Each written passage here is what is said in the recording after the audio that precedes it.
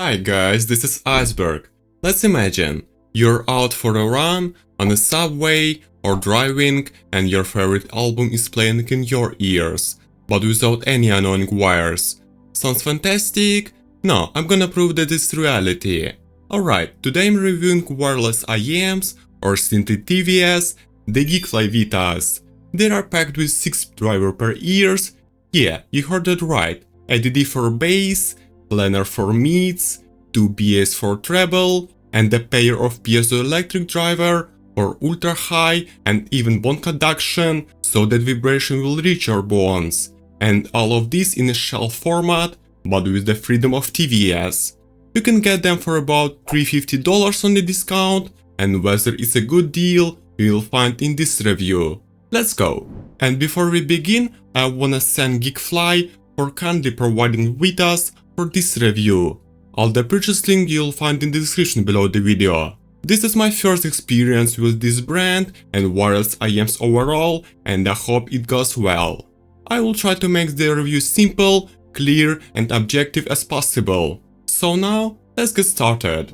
Well, Vitas comes in a colorful and stylish box with a case and shells image on the front, and turning the box over, we can see the key features and specs. Inside the box we'll find wireless IEMs in a foam, charging case in a leather cover, a short USB-C cable, several sets of silicone ear tips for every taste and preferences, and some cards with a manual. So first let's talk about the charging and carrying case for IEMs. It's made of solid metal in a dark red, looks solid with GeekFly brand on the lid, cools your hands, but it's a bit heavy, like a mini dumbbell. You don't have to worry about scratches or cracks on the surface, because GeekFly takes care of us by including a convenient leather case. When we open the magnetic lid, we find the same metal with neat slots for IEMs and resets for tips. The case is equipped with a 600 mAh battery and 4 indicators, which allows you to recharge the IEMs about 7 times. And the case itself is charged via the Type-C cable included in the set. Regarding silicone ear tips, we have a bunch of them for different tastes, and I won't stay here for long because they are pretty standard. They are made of regular silicone with colorful openings, narrow and wide bores, and available in 3 sizes. I believe everyone will find their favorite here, and I do the regular ones with standard bore. But you guys, don't be afraid to experiment with different tips, because they really change the sound profiles. Getting back to the shells, they are made of CNC medical resin, which is completely opaque, so you can see the drivers inside. The Vitas design is colorful as their box. The faceplates have a colorful palette of different colors that shines in the sun, creating an artistic pattern. Inside we can see the metal nozzles, which are quite short but wide, with a mesh and edges to secure the ear tips. There is also a 2-pin charging connector, and at the top is the model name and channel markings. A single vent is located at the bottom of the shells, along with the pairing indicators. Regarding the technical specs of the Vitas, we have a TVC connection, which means we don't need any wires to make them work. Each shell has a Qualcomm chip with aptX adaptive and lossless codecs and a powerful amplifier to rock the hybrid configuration.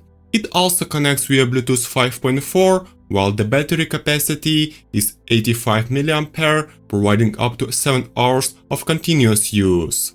Vitas is controlled by a light tap on the shells and is followed by sound signals. For me this tapping seems a little strange, horrible to be more precise, but then I just found out that a single tap pauses the track and somehow activates Siri. You guys may have a different experience, but I'm used to controlling IEMs from the device it's connected to. Because of their hybrid setup and battery, the Vital shells are pretty big but lightweight and have a shape we're used to. They are ergonomically designed with anatomical angles inside to fit the ear. In my small ears they fit snugly, securely and completely fill the ear, but without discomfort or pressure points. They stick out slightly, but thanks to the TV's freedom, I can wear them for hours, run, do stuffs, and forget about them. It's actually a cool experience. However, if you have medium or large ears, then the Vitas will definitely suit you a little better. Regarding isolation, it's excellent here, cutting out external noise almost completely to prevent interfering with comfortable listening. Okay, I think that's enough looking and flipping around the shells. Let's get to the work and talk about how they sound, starting with the graph, to understand their sound signature. You might think now that these IEMs are for bass heads with frequency incoherence, and frankly I thought so too until I listened to them. So here we see a fairly high and inflated graph starting in the sub-bass region, reaching 72 decibels at its peak, which indicates a clear presence of the sub-bass. Then the graph smoothly goes down to the mid-bass, but also remains high compared to the mids. The mid-range, as you can see, is slightly recessed with a dip around 750 Hz, but natural rise to the upper mids, which indicates a certain detachment and muted body of the vocals and instruments. At the beginning of the treble region, we can see a dip, and I don't know how the GeekFly allowed this to happen, but it will definitely affect the clarity and resolution of the treble. However, it may also satisfy the sensitive to the treble folks, as I suppose it's a dark set. Overall, this is more a fun, V-shaped graph with emphasized bass, distant mids, and dark treble, which I hope is not like the graph shows. However, from the graph I find the Vitas to be for the fans of energetic and fun approach, for rock, electronic, or live performance, where the focus is on punch and emotional involvement, but not for the fans of precision, naturality, or studio monitoring. But how does the Vitas sounds? Let's find out. Okay, I connected Vitas to my iPhone via AAC, pressed play, and the first thing noticed is that it's not perfectly coherent, but rather a spacious sound where everything is slightly blurred, but with just such depth that you sink into the track with a pleasure. The GeekFly Vitas overall sound is warm and tube-like, which makes the music lively and breathing, but with a slight incoherence. Like the faces are slightly floating here, the instruments are not always perfectly synced, and the musicians are slightly offbeat, but this chaos creates a huge holographic space where the stage is not flat but layered. The vocals and instruments in Vitas are not in the foreground but pushed back, creating the illusion of distance and depth, where each element hangs in a space. Vitas is not for those who want perfect sound for monitoring, but more for the sound romantics who want to feel rather than analyze. And now, let's talk about their sound in more detail, starting with the bass. The sub-bass in Vitas is pure vibration ecstasy, dense, making your head resonate like a bass drum at a rave, but it's bloated, smeared across the entire range without clear borders, intruding into the mid-bass and making everything little mushy. At half volume, it's still tolerate, but if you turn up the more, the vibration increases, the punch becomes springly, but the control is lost, and the sub-bass just floats away. The mid-bass is dense, spacious, with a punch that pushes forward, where you can feel the texture and is pure joy for rock or hip-hop, but again, it's bloated, smeared, without clear borders, and it spreads, intruding into the lower mids and blurring the transitions. For beginners, this is bass that rocks but cannot be taken, which is ideal for chilling to hip-hop or electronic music, but on complex rock tracks, it can drown in its own richness. And if you're a bass head but can't stand neutrality, then Vitas will catch your attention. The mids in the Vitas are not a star, and the planar driver works here, but the sound is distant, the lower and the mid-range frequencies are far away, and the vocals with instruments are unclear, lacking the intimacy and with a slight floating effect, where the outlines are blurred and the emotionals are mute. This is not for those who want vocals, but for chills, where music creates an atmosphere but without an intimacy. However, the upper mid-range saves the day, bringing presence to the vocals and instruments at their peaks, making the voice and strings lively and tangible, adding texture and dynamics. For me, it's a slightly disappointment where the lower parts pulls back and the upper part saves the day. The lower mids in Vitas are where the disappointment begins. It's distant, reverberating somewhere in the background, with blurred shapes of guitars and vocals that are impossible to catch.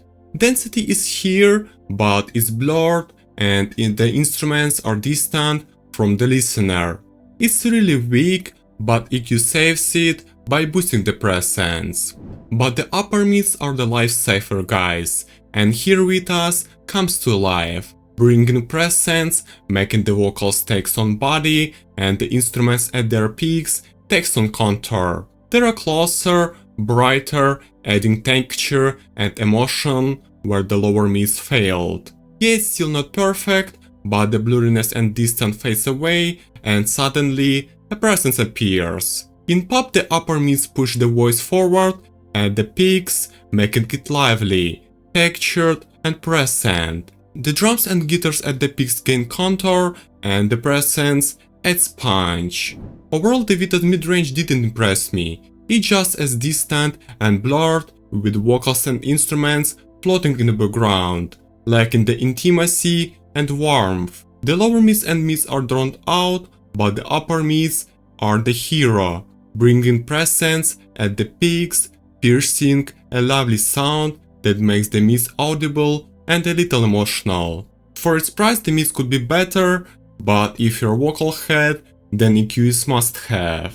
The treble in Vitas is dark, muted, with a slight extension, hinting at the space, but not infinity. It's penetrating in its core, detailed, but sharp on the peaks, adding sharpness without pain. The voice is without sibilance, which is huge plus, and cymbals with hi-hats do not hiss, but rustle smoothly and muted. The treble is dark with perceptive, where the quiet passages are quite comfy and the peaks are sharp like a flash. For TVS, this is solid, especially with piezo drivers that push the ultra highs, but if you're a fan of crystal clear treble, like in studio monitors, then EQ is needed. The soundstage in Vitas is spacious and wide, with a lovely distance from the planar between you and the music, like the sound is coming from the other side of a room,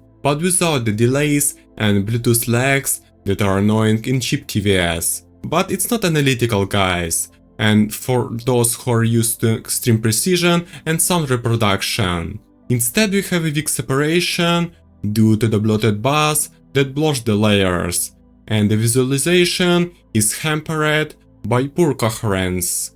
This is a scene for emotionals, for those evenings where you don't want to analyze, but rather floats in a soundscape where the sound envelopes you, adds mystery, but not analytics.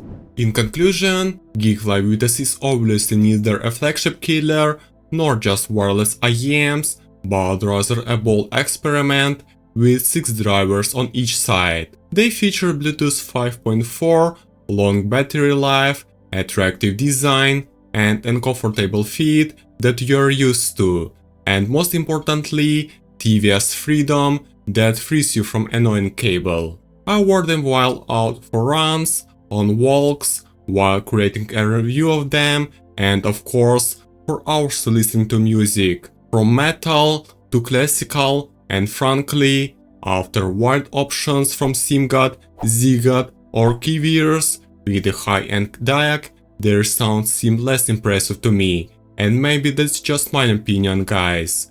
But Vitas also has some good stuff that really impressive. First, I would like to highlight the powerful bass that will satisfy bass heads, the wide and spacious soundstage for complete immersions, and the upper mids that somewhat rescue the recessed mids. If you're a vocal lover or sparkling treble and maybe less aggressive bass, then you might need a EQ but I like the overall presentation for wireless IEMs.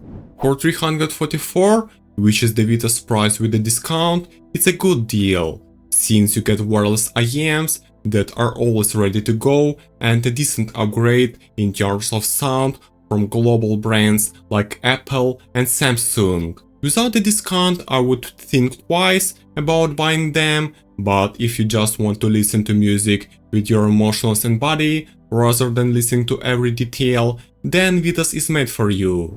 Thank you guys for being with me till the end. Drop a like if you enjoyed the review and subscribe to the channel so you don't miss any new videos. I'll see you in the next video, take care and bye bye.